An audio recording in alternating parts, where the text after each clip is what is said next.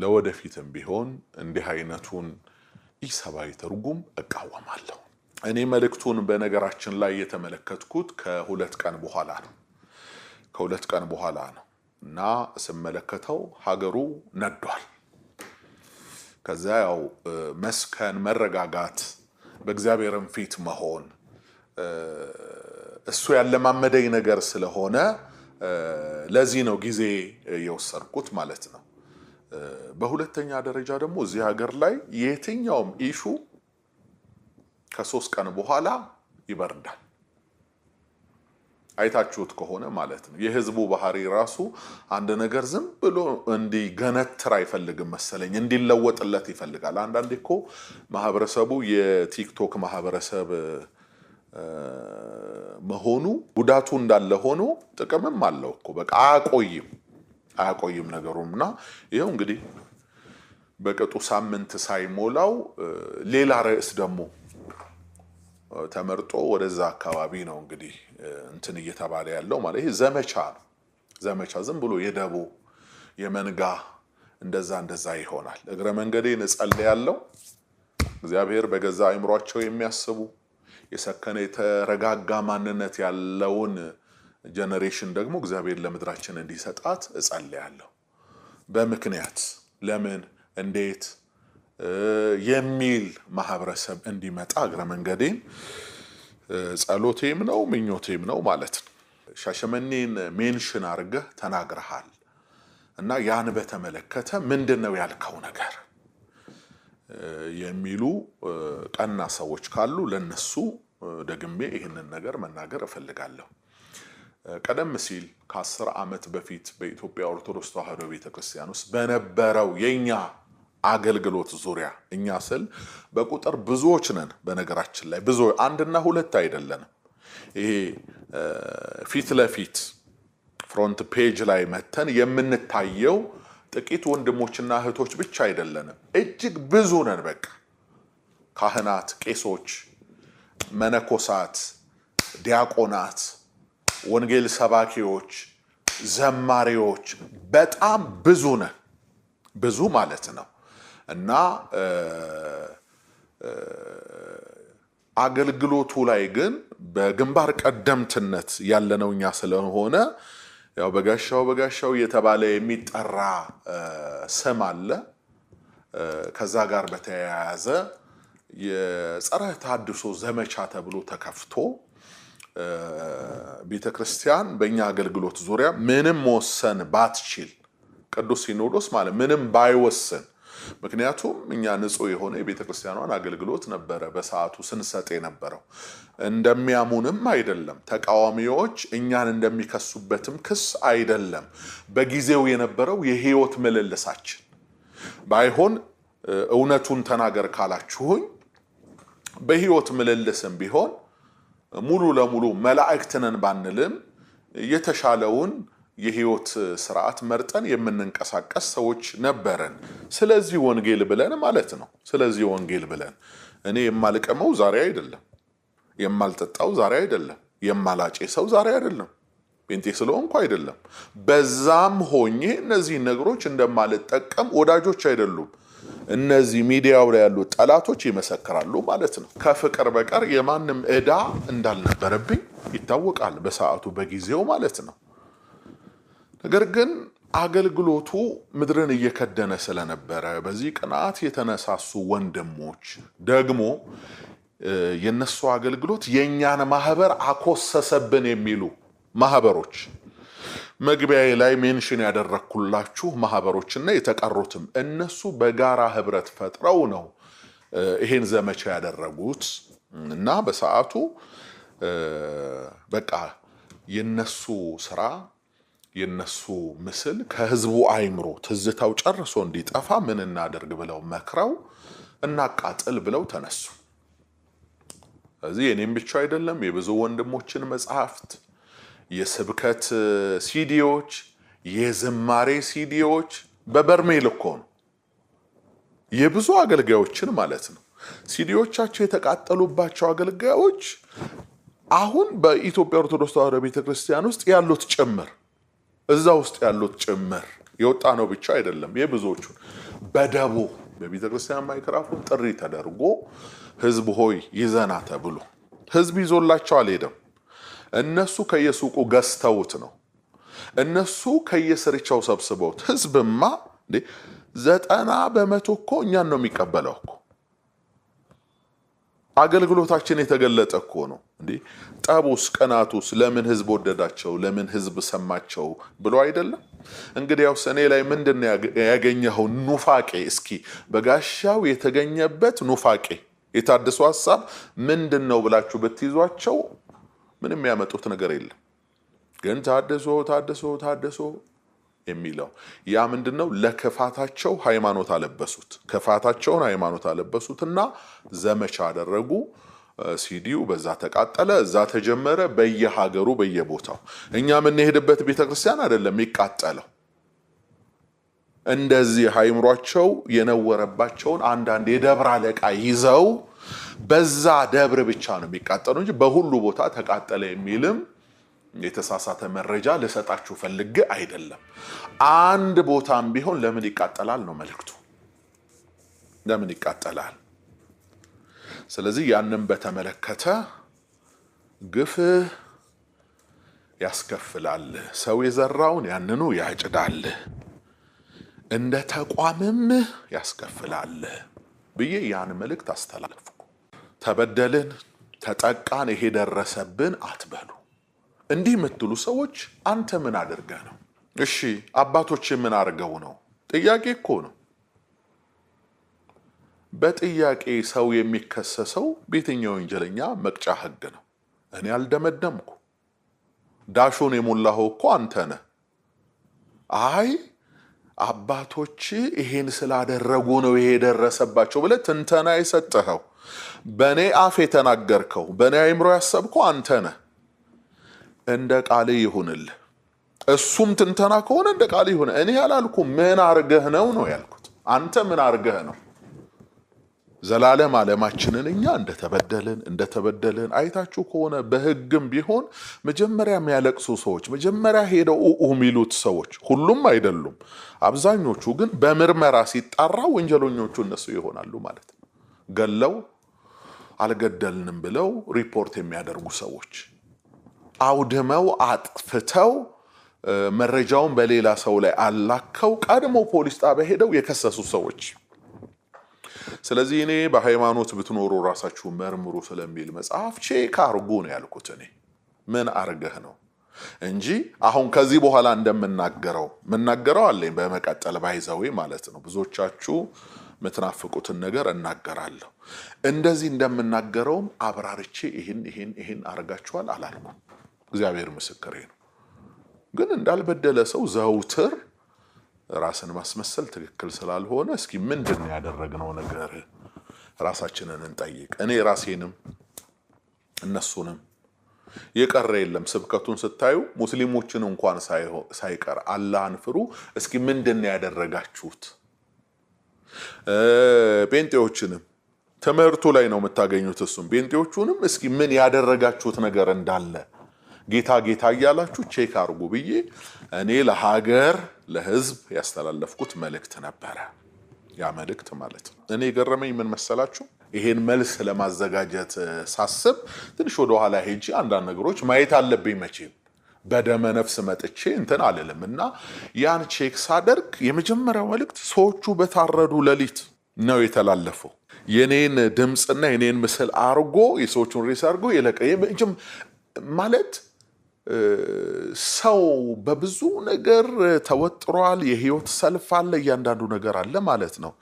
እንዴት ፈጥኖ ይሄ ነገር ተቀናበረ ማለት ይሄንን ነገር ያደረገው አካል እዛው አካባቢ ነው ወይ ያለው? ሟቾቹ አካባቢ ነው ወይ? እንዴትስ በዛ ፍጥነት ሄዶ ከ8 ወር በፊት የነበረን አገልግሎት ቼክ አርጎ ራሱ ኤዲት ለማድረግ ራሱ ጊዜ እንደሚወስድ ታውቃላችሁ። አውጥቶት ከዛ አርጎት ይሆናል 8 ወር ወደ ኋላ ተመልሶ ወይስ ለክፉ ቀን ብሎ አውጥቶ አስቀምጧታል እሷ? ስለዚህ ይሄ ነገር ሲፈጠር ቶሎ አድርጓት ለቀቃት ማለት ነው። በአግባቡ ሰው ሁሉ የሰዎቹን መሞት ሳይሰማ ማለት ነው። ስለዚህ ይሄ በጊዜው የሚጣራ ነው። የምትቸኩሉ ሰዎች አትቸኩሉ። እኔ ለምትቸኩሉ ሰዎች የማስተላልፈው መልእክት ይሄ ነው። አትቸኩሉ። መጽሐፍ ቅዱስ ሲናገር የሚቸኩል ለመጉደል ይቸኩላል ነው የሚለው። እንዴ አይሻለም የሆነ ነገር ለቀ ቀጥሎ ደግሞ አንተ ያልከው ነገር ሳይሆን ቀርቶ ነገሩ ሌላ ሲሆን እሱን አጥፍተ ደግሞ ሌላ ቪዲዮ እሱንም አጥፍተ ምን ያሰቃያል? አትቸኩል። መጀመሪያ ይደርሳል እኮ ተረጋጋ። ይደርሳል። እና በችኮላ ነው የሰው ሕይወት ያልፋል፣ ሀገር ይወድማል፣ ንጹሃን ይገደላሉ። እና ችኮላ በዓለም ላይ ብዙ ነገሮች ስለፈጠረ የኔ ምክር ባንቸኩል ነው። እግዚአብሔር አግዞኝ እዚህ ከደረስኩ ዘንዳ ምናልባት እንደኔ አይነት ሰልፍ ለሚቀሰቀስባችሁ ሰዎች ጉልበት እንዲሆናችሁ ነው ይሄን ማወራው። እኔ ሰልፍ ሰው ነኝ። እግዚአብሔር ያሳደገኝ ከልጅነቴ ዘመን ጀምሮ በሰልፍ ነው። ሰልፉ ደግሞ በዚህ የተነሳ ነው። ከዚህ መጽሐፍ ጋር በተገናኘ ነው እንጂ እኔ በምን ታገኘኛለህ? ነጋዴ አይደለሁም፣ ዘፋኝ አይደለሁም፣ ወይ ደግሞ በሌላ ሙያ ውስጥ ከሌሎች ሰዎች ጋር መገናኝ ሰው አይደለሁም። እኔ ይሄንን ነው ማገለግለው ማለት ነው። ይሄን አስመልክቶ ግን በብዙ ሰልፍ ውስጥ መጥቻለሁ። አስቀድሜ ሜንሽን ያደረኩላችሁ ሰዎች መግቢያዬ ላይ እንደ ማህበር እንደ ቡድን የተደራጁ አንዳንድ ደግሞ ጥቂት ግለሰቦች ከክፋት በቀር ልባቸው ሌላ ነገር ማይነግራቸው ሰዎች ሃይማኖትን ተገን አድርገው ለቤተክርስቲያን የተቆረቆሩና የቀኑ መስሏቸው ብዙ ዘመቻ ከፍተውብኝ ያውቃሉ። ብዙ ማለት ነው። እስኪ ኢትዮጵያ ውስጥ የትኛው ሰው ትዝ ይላችኋል እሱን ለማጥቃት 5 እና 6 መጽሐፎች የተጻፉበት ባድራሻው? መጽሔት አላልኩኝም፣ መጽሐፍ፣ ትልልቅ ቮሊዩም ያላቸው መጽሐፎች በጋሻውን አጥፉልን፣ በጋሻውን አስቆሙልን ተብሎ ተከፍሏቸው ጸሐፊው ቁጭ ብለው መግቢያ ሀተታ መደምደሚያ ብለው መጽሐፍ ጽፈው ሽጠው ገንዘብ ይዘው ያውቃል። ማለት እንጀራ በልተውበት ያውቃል። ይሸጥላቸው አይሸጥላቸው አላውቅም። በሰዓቱ ግን ሽጠው ያውቃሉ ማለት ነው። ከ10 ከ15 ዓመት በፊት የሆነውን ነው መነግራችሁ ማለት ነው። አሁንም አለ አንዳንድ ሙከራዎች አሉ ማለት ነው። መጽሔቶች ደግሞ ያኔ ይወጡ ነበር። ቅዳሜና እሁድ ታስታውሳላችሁ አይደል? የመዝናኛ የስፖርት መጽሔቶች። እነዛ መጽሔቶች ሲወጡ ቢያንስ 2 ወይ 3 መጽሔት ላይ እኔ ያለው ከፊት ለፊት ጉብ ብዬ ማለት ነው። ባደረኩትም ባላደረኩትም ነገር አለው በቃ እዛ ላይ ማለት ነው። ካላጠፋናቸው ብለው እነዚህን እናጥፋቸው። ምክንያቱም እኛ ማህበር የለንም። እግዚአብሔር ያገናኘን ጓደኛሞች ነን። ማህበር ስለሌለን ይሄ ማህበር ብለው ስሙን ማጥፋት አይችሉም። ስለዚህ መሪው በጋሻው ነው።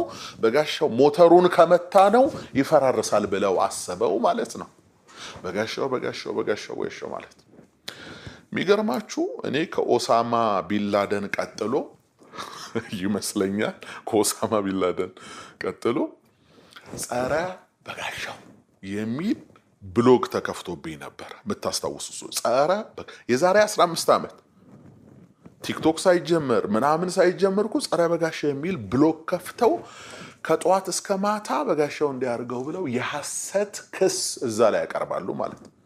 እኔ ያለውት ሞያሌ ነኝ፣ ጎንደር በጠበጠ። እኔ ያለውት አርባ ምንጭ ነኝ፣ ድሬዳዋን በጠበጣት ብለው እና ክስ ነበረ ማለት ነው። እና በዛ ሁሉ አለፍኩ እና እግዚአብሔር ከሳሾችን ደግሞ እየቀጣ እየጠረጋቸው ህሊናቸው ተበጥብጦ ሰላም አጥተው እረፍት አጥተው እኔ ማልድላቸዋለሁ። እግዚአብሔር መረጋጋት እንዲሰጣቸው እግዚአብሔር እኔ ያገኘሁትን ጌታ እንዲያገኙ ምህረት እንዲሆንላቸው በእውነት ይቀርብያቸዋል። አሁን ያነሳሁት እንደ ቂም እንደምናምን ሳይሆን ምናልባት ይሄንን ነገር አንዳንዶቻችሁ የማታውቁት ካለ እንድታውቁት ብቻ። አንዳንድ ደግሞ በአገልግሎት መስመር ላይ ሆናችሁ ብዙ ሰልፍ ያለባችሁ ሰዎች እኔማ ምን ሆንኩ ኮሜንት ነው የተደረገብኝ አንድ ቲክቶከር ብቻ ነው የሰደበኝ ብላችሁ ራሳችሁን እንድታጽናኑ ትምህርት እንዲሆናችሁ ነው እንጂ ያን ያህል እኔ ጸጋ ማገኝበትና ክብር መጎናጸፍበት ነው።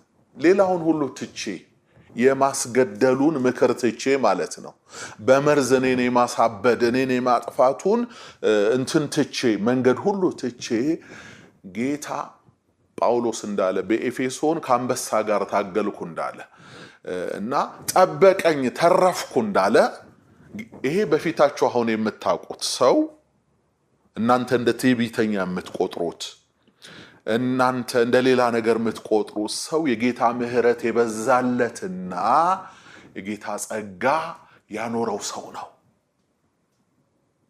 ይሄ ፊት ለፊት የምታዩት ማለት እና ይሄ በቀላሉ ተጠርጎ የሚወርቅ ሰው አይደለም። ትምክህቴ ማን ነው? እሱ ነው። እሱ ነው። ዳዊት ምንድነው ያለው? ሰራዊትም ቢሰፍርብኝ አልፈራም ነው ያለው።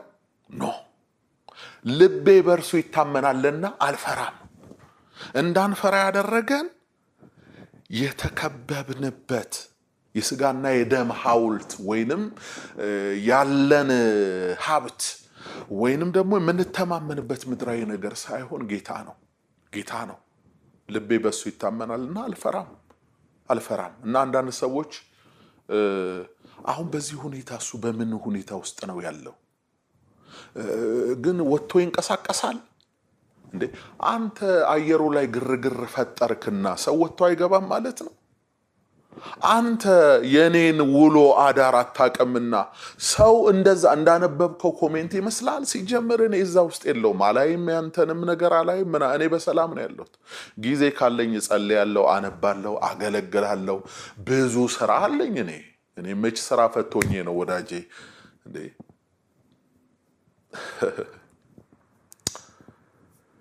እና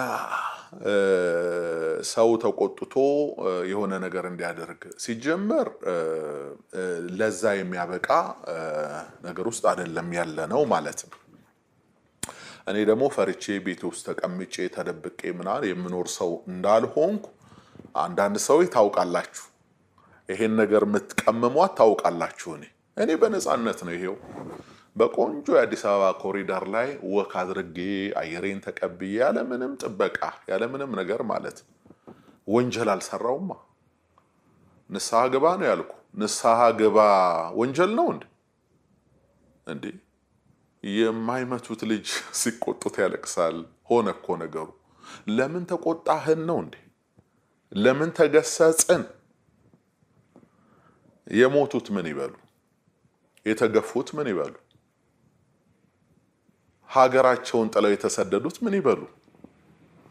በአንዳንዶቻችሁ ምክንያት። ስለዚህ መልእክቱን አስተላልፍ ያለውና መልእክቱን አስታኮ አንዳንድ አስተያየቶች ይሰጣሉ። እኔም ማምነው ሰው የዘራውን ያጭዳል።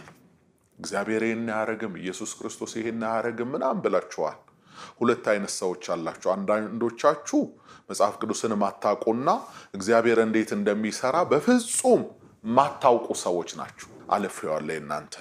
አንዳንዶች ግን መጽሐፍ ቅዱስ እናውቃለን፣ በሃይማኖት ዙሪያ የሆነ ስራ እንሰራለን የምትሉ አንዳንድ ሰዎች ግን ጌታማ ይሄን አያደርግም፣ በመስቀል ላይ የሚያደርጉትን አያውቁምና ይቅር በላቸው ብሎ ጸልየዋል ብላችሁ የምትናገሩ ሰዎች እውነታችሁን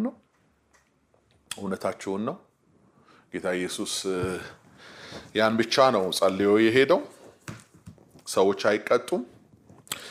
እስኪ ማቴዎስ ወንጌል ምዕራፍ 23 ቁጥር 34 ላይ ያለውን ቃል ደግሞ እናንብብ እስኪ።